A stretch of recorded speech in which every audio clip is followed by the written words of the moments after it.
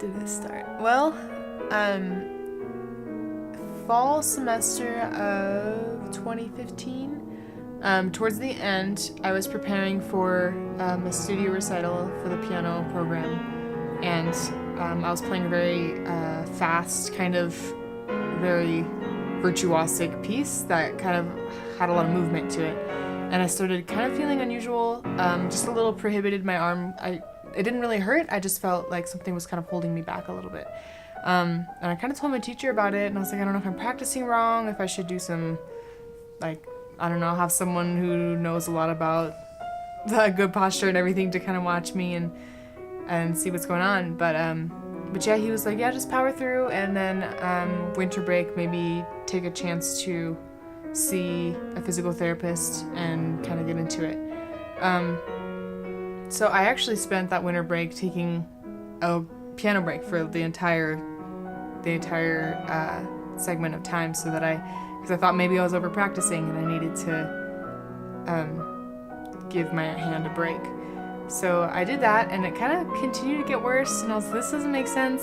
I'm not playing, but it still hurts. And then when the spring semester happened, I started seeing a physical therapist because it was actually starting to keep me from playing. It would hurt pretty badly. Just doing anything normal, just scales or anything, it would kind of not be pleasant. So I saw a physical therapist. She kind of helps a lot with the musicians in the School of Music, and she kind of gave me some exercises and told me to ice it. And I saw her the next week, and she was like, well, nothing's really changing.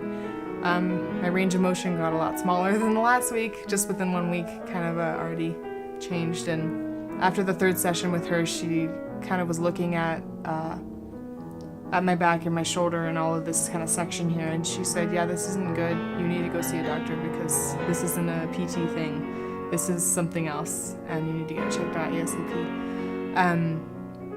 So I went to see one of the doctors at the Flagstaff Bone and Joint, and he kind of told me the same thing. He looked at it and he was like, man, this doesn't look good. This doesn't look like something I've seen really at all. And then he transferred me to the oncology center in Scottsdale. That's kind of when things got a little scary, 'cause you walk into an oncology center and you don't really know what you're doing there.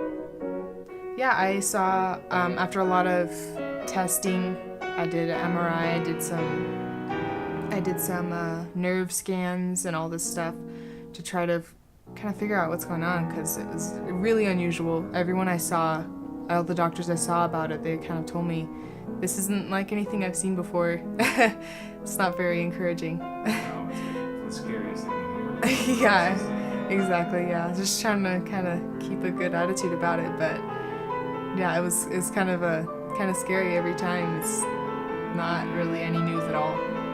Until I saw Dr. Cummings from the oncology center in Scottsdale, and he took a x-ray and kind of showed me what was going on. So he just kind of laid it out flat for me. He said, okay, this is your shoulder, and there's a tumor, definitely a tumor growing in there. We don't know what it is. We don't know if it's malignant or benign. We're gonna do a biopsy to kind of determine what it is. And on the x-ray it was kind of crazy. The shoulder itself, just like the rest of my bone, like x-rays it was all white, the bones are white. And then just this section of my shoulder, it was all black. And he said that the tumor had eaten away at the bone, and it was so thin that if I had fallen over and had caught myself with my arm, it could shatter my shoulder, basically.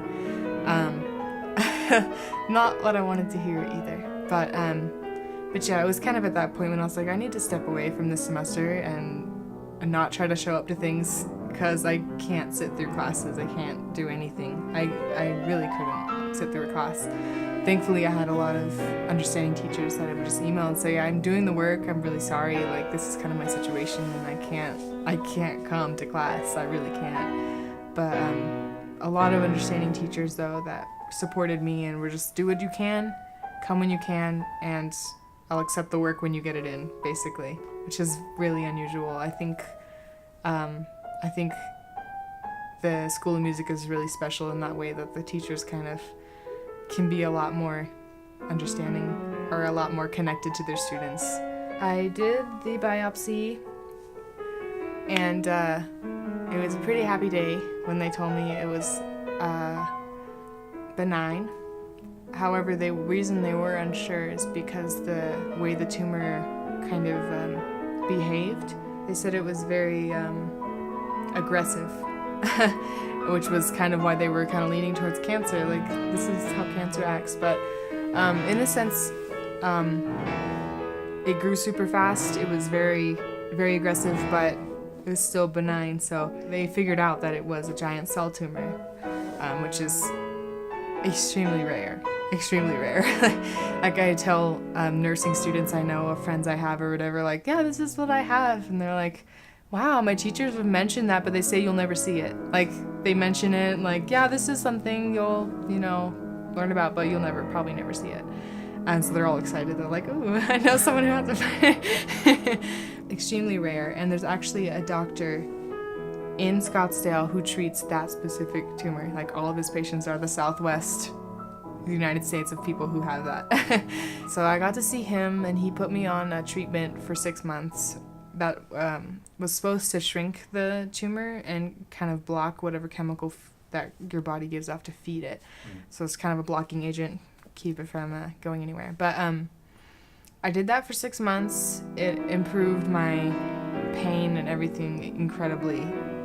Towards the end of the semester, I was able to actually have enough time to learn right hand pieces to play for a jury for my piano credit.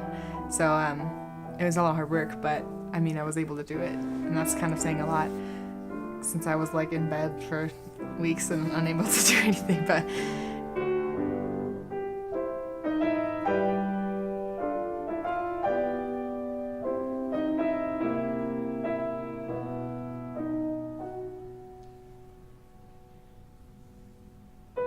yeah, I did that for 6 months. My last treatment was in August, end of August. It was 3 days before school started for NAU. So I wasn't gonna know if the treatment helped me at all until 3 days before school start. So it's kind of stressful because depending on how it was, I was either gonna go to school or not go to school this semester. So if it was a positive effect, I was gonna kind of stick around and try to do my stuff. So they kind of took another x-ray. I went back to Dr. Cummings in Scottsdale. He took another x-ray, and basically what it looks like now is the bone calcified over whatever was there. So now all that stuff that was there before that was eaten away very thin basically was just like kind of the tumor coming out of your bone essentially, and then the bone calcified over that. So now it's kind of layers of stuff, and it looks kind of weird. It looks kind of like bubbly, weird, like bumpy thing. It's definitely reinforced I'm able to play Recital. But yeah, it's definitely gonna be a little harder to get rid of in terms of removal, because before they were thinking they would just go in, kind of like scoop it out or something, and then see if that worked.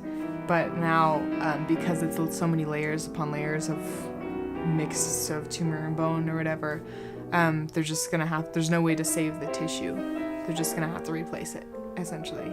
So that's kind of what I'm looking at now. They're gonna be taking the ball of the joint out, basically, of my shoulder, and sticking something in there. It's kind of scary. And it's about this much of it is going to be replaced, basically, yeah. He did tell us a bit the last time I saw him about kind of best case, worst case scenario sort of stuff. And he said these surgeries are very successful and all. Like, from his experience, they've been really successful. And from a surgeon's standpoint, he doesn't see any issues. Other than one kind of very scary big issue. This area that the tumor is in is kind of a place where the most prominent nerve for your arm goes through, and he's not sure if it'll be a problem to kind of go through there and get to the bone without damaging that nerve. So that's kind of the biggest fear right now, is that nerve is going to be damaged. And it kind of takes control, I believe he said 70% of your arm function. It's a big deal. And I don't really want to think too much about it until after, tomorrow. But I just kind of want to enjoy what I have now. And if I don't have it anymore, I want to know that I enjoyed it while I had it. And I just kind of take it one step at a time. That's kind of the place I'm at right now. So it's been a long year. I feel pretty good. I feel pretty prepared, honestly. I'm not worried. I'm not really worried about it. I think it's mostly because the semester I did lose my left arm capability. I was planning to do my recital that semester. So that was the big thing that was disappointing. I was ready basically in January. I was like, okay, I just need to refine some things. I need to perform it a bit, kind of get the jitters out or whatever, and then I'll be ready. I'm ready to go. And then this happened, and I'm like, of all the people, I'm so prepared.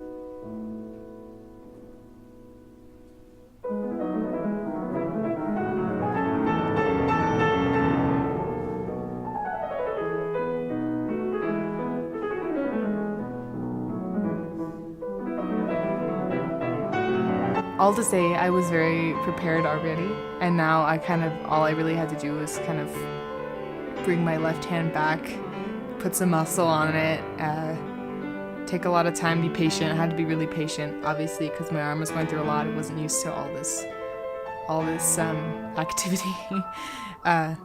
So it took a little bit. I practiced all summer, pretty much, just trying to rehabilitate it, get it back up to where it was, which is still, I still feel like from all this time, it's still prohibited by something. I still feel weird. Obviously, I still have a tumor in there, but I definitely feel something kind of something's not right, but I don't know, I feel like all the practices really kind of helped me. Getting that muscle on my arm and my hands and everything is kind of, it's gonna help me kind of push through that weird feeling, but yeah, I feel really good about it. I feel a lot more connected to the music than I was. That's one thing I can say in comparison from when I was ready before and when I'm ready now. All of this time just listening to the music because I can't play, or just listening to music because honestly that's kind of all I could do to practice, so to speak. But I think it's helped me connect a little better to the instrument, to the music, and kind of realize on a deeper level why I like to do it and why I love to do it and why I am doing it. In that way, I feel a lot better, and I love performing. I feel bad to say. I feel a little ashamed, but I love the feeling of people watching me play. It's not really that I'm a show-off or anything like that. I just love the feeling that I can say something with my music and people can understand it from me. It's kind of an addicting feeling to me, and I love it so much. It's just kind of why I went into performance instead of education, even though in the long run, I do want to be an educator. I always do better in a performance than in practice, definitely. So I'm not super worried about it. I'm pretty excited. I don't know how much I'll sleep tonight, but yeah, it's worth it. First of all, I wasn't really interested in it. I was more of a punk kind of as a kid because I know my mom, I was 5, and some of my older siblings were taking piano lessons. We didn't have enough money for all of us to take piano lessons because there was a lot of us. But we can. I think one of my siblings, one of my older sisters, was taking lessons, and she said, "You're too young for lessons," basically. And I was like, I don't know about that. And so I got really interested in it. I kind of started poking around, and I was very interested in it from there. I don't really know why I kept doing it. I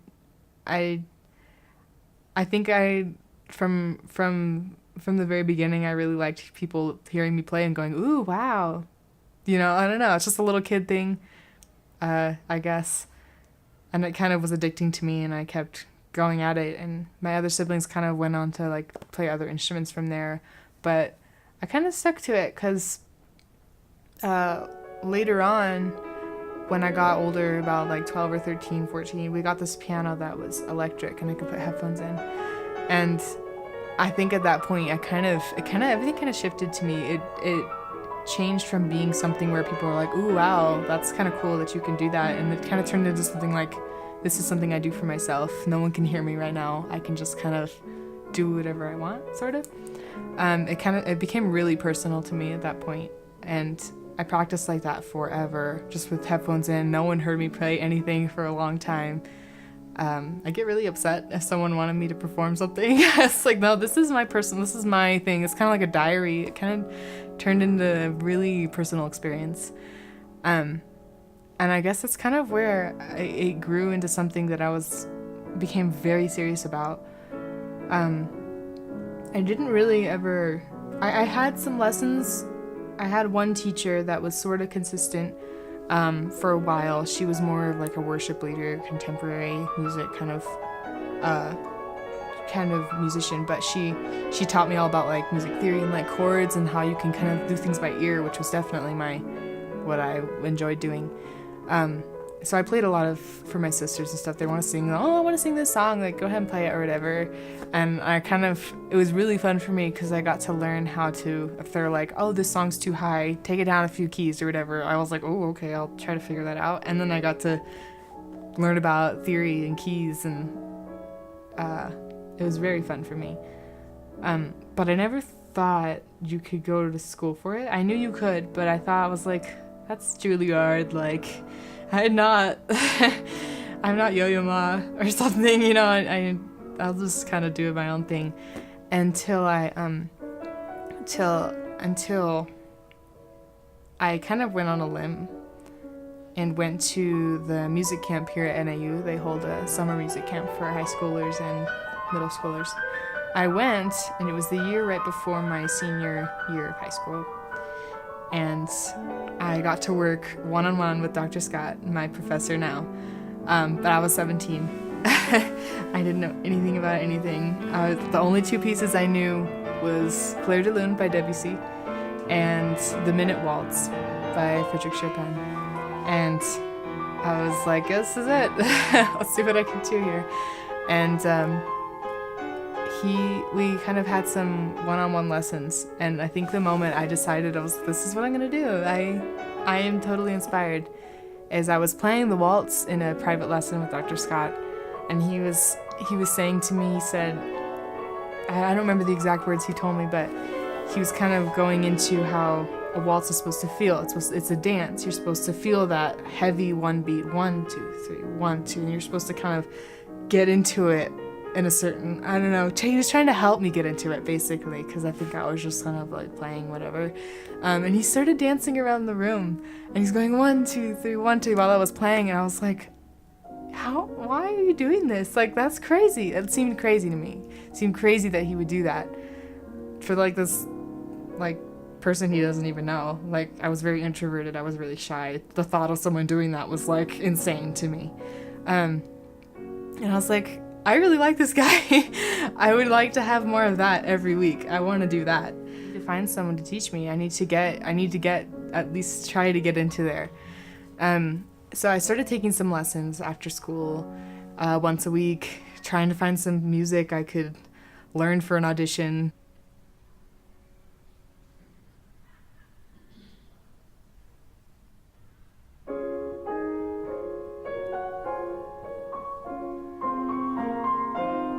I didn't feel that prepared for my audition, but they accepted me, and I'm here now. I've always remembered my whole life playing piano, but through the different periods within that, I would say there's certain instigators for my kind of progress. I would definitely say for that last bit, it was definitely Dr. Scott. He pushed me over the edge, so to speak, into the canyon that I'm falling into as we speak. There's a lot of things you could say about it, but he's definitely inspired me more than I thought he even would, and he still does every day. It's crazy.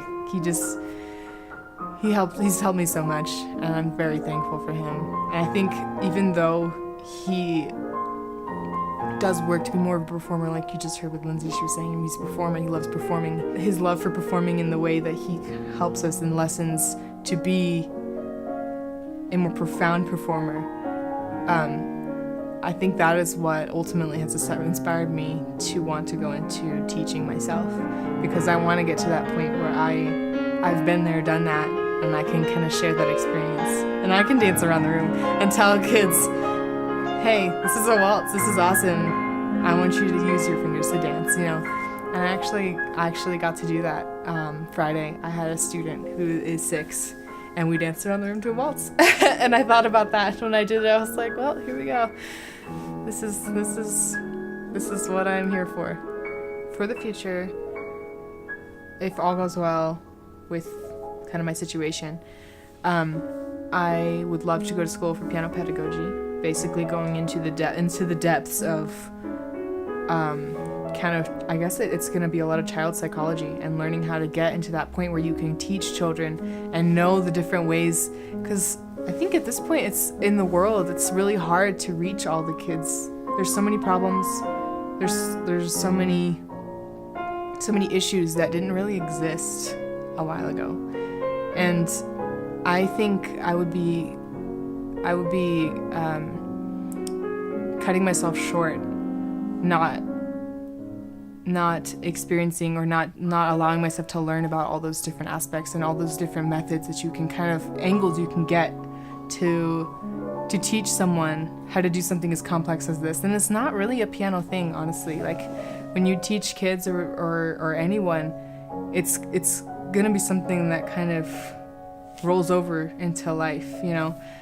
Practicing for hours, that's teaching you dedication. It's teaching you that good things don't happen because you're good at them. It happens because you take a lot of time and you're really consistent and you want to do it. Yeah, in the future, piano pedagogy is definitely where I want to be. I want to also, but I don't want to give up my performing either, because it's a really big part of my life. So I'm hoping to find a unique program that can kind of cater to both ends there. But yeah, I would say in the far future, teaching on a collegiate level possibly would be ideal. But I also love teaching kids too, so I'm not really subject to either. I think it would be awesome to get to as high up as I could, just because I can. Just do what I can, you know. So.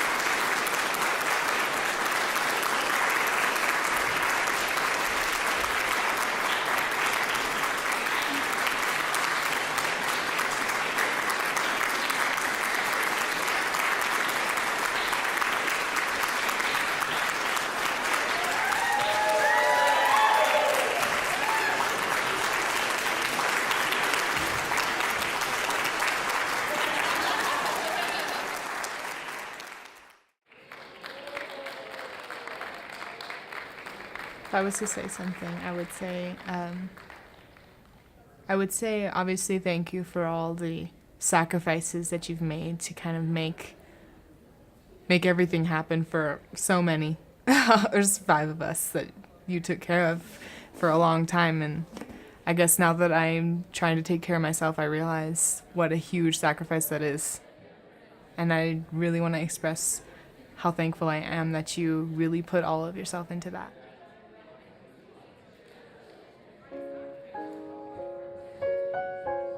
You've always been so dedicated to everything you've done. And I think because you are that way, it has translated into the way I am.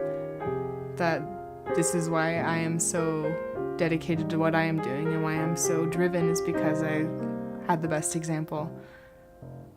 So, just want to say thank you for everything.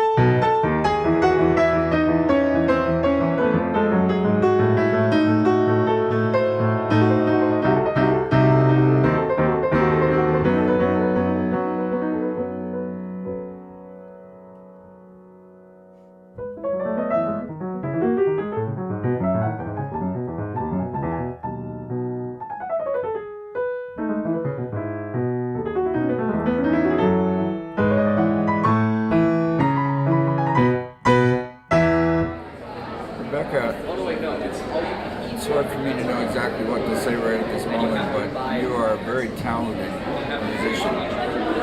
One that plays with great natural ability, flair, musical depth.